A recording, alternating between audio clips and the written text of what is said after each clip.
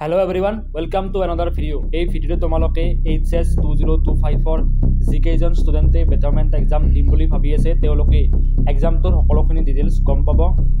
মই পইণ্ট কেইটা হাইলাইট কৰি থৈছোঁ। প্ৰথম কথা হৈছে এক্সামৰ ডেট কেতিয়া হ'ব, সেকেন্ড কথা অনলাইন এপ্লাই হ'বনে অফলাইন এপ্লাই হ'ব, লগতে প্ৰেক্টিকেল এক্সামিনেশ্যন হ'বনে আৰু যিখন মাৰ্কশ্বিট তেওঁলোকে পাব সেইখন মাৰ্কশ্বিট তেওঁলোকৰ ভেলিড হ'বনে। And fourth point to hoise if someone fails in the betterment exam যদিও কোনোবাই betterment examত ফেল কৰে যিখন সাবজেক্টৰ এক্সাম দিয়ে বাট তেওঁ আগতে পাস কৰিছিল তাৰ পাছত কি হ'ব তেতিয়া মানে কি হ'ব এই ষ্টুডেণ্টজনৰ কি হ'ব এই সকলোখিনি কথা আমি আজিৰ ভিডিঅ' ডিসকাস কৰিম। মই অলৰেডি বহুত আগতে কৈছোঁ বাট তথাপিও বহুতৰে দাউৰিছিল এই মই ভিডিঅ'টো বনাইছোঁ। সো তোমালোকে যদি চেনেলটোলৈ প্ৰথমবাৰৰ বাবে আহিছা তেতিয়াহ'লে চেনেলটো সাবস্ক্ৰাইব কৰিবা আৰু যদি ভিডিঅ'টো ভাল লাগে দেন লাইক কৰিবলৈ নাপাহৰিবা। Students, তোমালোকে চোৱা HS 2025 বেটাৰমেণ্ট এক্সাম অনুষ্ঠিত কৰা হ'ব। যিকেইজন ষ্টুডেণ্টে এইবাৰ পাছ কৰিছে অনলি পাছ কৰা ষ্টুডেণ্টৰ কাৰণে এটা চান্স দিয়া হয় যাতে তেওঁলোকে যিখন সাবজেক্টত অলপ কম নম্বৰ পাইছে সেই সাবজেক্ট কেইখনত তেওঁলোকে অলপ ইমপ্ৰুভ কৰিব পাৰে। ফৰ এক্সাম্পল সাপোজ কোনোবা এজনে ফিজিক্সত কম নম্বৰ পাইছে তেওঁ JEE দিব বাট ভবামতে তেওঁ মাৰ্কছখিনি পোৱা নাই তো ভাবিছে যে মই এতিয়া JEE কাৰণে এলিজিবল হোৱা নাই তো সেই ষ্টুডেণ্টজনে নিজৰ মাৰ্কছখিনি ইমপ্ৰুভ কৰাৰ কাৰণে বেটাৰমেণ্ট এক্সামটো দিব পাৰিব। ওকে, তো এই এক্সামটোৰ ডেটটো হৈছে 2026 তোমালোকে দিব লাগিব। যেতিয়া তোমালোকৰ হায়াৰ সেকেন্ডাৰী এক্সাম ষ্টাৰ্ট হ'ব তেতিয়া তোমালোকে সেই হায়াৰ সেকেন্ডাৰী এক্সামৰ লগত বেটাৰমেণ্ট এক্সাম তোমালোকে দিব লাগিব। ওকে, আৰু ইয়াৰ কাৰণে যেটো এপ্লাই আছে সেই এপ্লাইটো অক্টোবৰ মাহত আৰম্ভ হয়।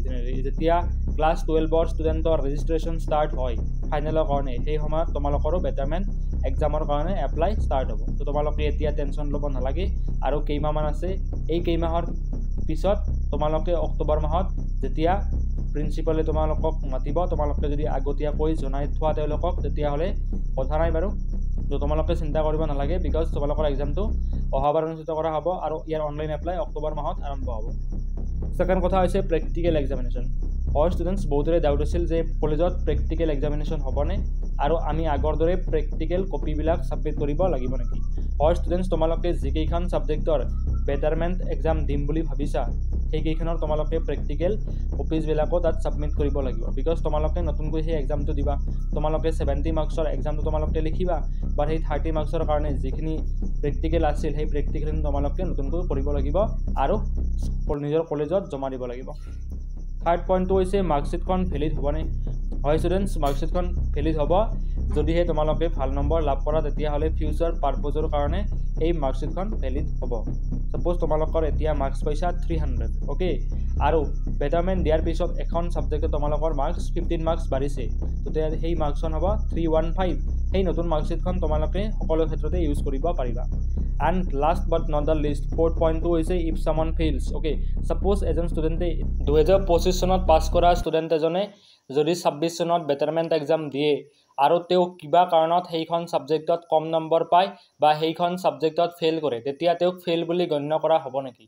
নহয় ষ্টুডেণ্টছ, তোমালোকে চোৱা অফিচিয়েল নটিফিকেশ্যন বা অফিচিয়েল ৰুল অনুসৰি লিখা আছে যে better results will be taken into consideration. তোমালোকক এটা চান্স দিয়া হয় যাতে তোমালোকে নিজৰ মাৰ্কছখিনি ইমপ্ৰুভ কৰিব পাৰা আৰু যদি মাৰ্কছখিনি কিবা কাৰণত ইমপ্ৰুভ নহয় বা নাবাঢ়ে বা তোমালোকে সেইখন ছাবজেক্টত ফেইল কৰা তেতিয়াহ'লে হায়াৰ সেকেন্ডাৰী এডুকেশ্যন কাউন্সিলৰ ৰুল মতে তোমাৰ আগৰ মাৰ্কশ্বিটখন তুমি ইউজ কৰিব পাৰিবা, সেইখনৰ যোগেদি তোমালোকে এডমিশ্যন ল'ব পাৰিবা। তো তোমালোকে চিন্তা কৰিব নালাগে।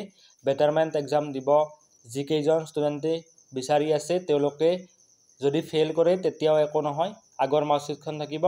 লগতে যদি তেওঁলোকে কম নম্বৰ পায় তেতিয়াহ'লে তেওঁলোকে বেছি নম্বৰ পোৱা মাৰ্কশ্বিটখন ইউজ কৰিব পাৰিব। তোমালোকে নিশ্চয়কৈ মোৰ কথাখিনি বুজি পাইছা আৰু তোমালোকৰ কিবা ডাউট থাকিলে মোক কমেণ্টত নিশ্চয়কৈ জনাবা। যদি ভিডিঅ'টো ভাল লাগিছে দেন ভিডিঅ'টো লাইক কৰিবলৈ নাপাহৰিবা আৰু চেনেলটো ছাবস্ক্ৰাইব কৰিবলৈ নাপাহৰিবা। Thank you so much for watching. See you in the next video.